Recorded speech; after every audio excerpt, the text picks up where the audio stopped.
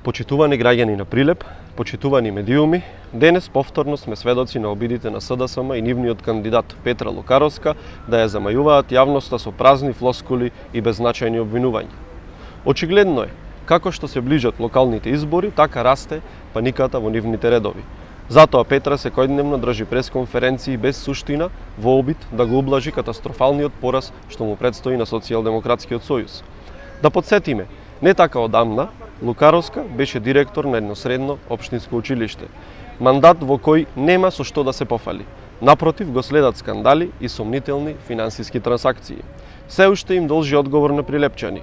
Како со завршено високо образование од 180 кредити и втор циклус стручни студии со 60 кредити за работа во здравство, наместо со 240 кредити колку што носи високото образование, се пријавила и положила директорски испит.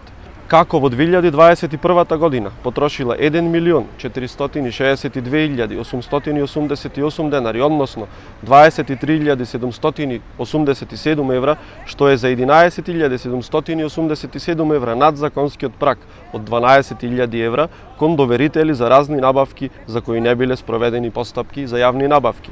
Како и во 2022 година на истиот принцип потрошила 15.410 евра, повторно над лимитот од дозволените 12.000 евра годишно.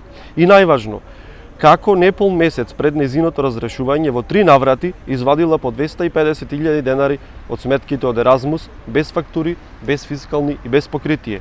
Каде завршија тие пари? Почитувани, ова е вистинското лице на кандидатот на СДСМ за градоначалник на Прилеп. Лице со мандат обележан со хаос, сомнителни исплати и низа скандали. Апсурдно е човек кој не успеел да менаџира едно училиште, да бара доверба, да води цел град.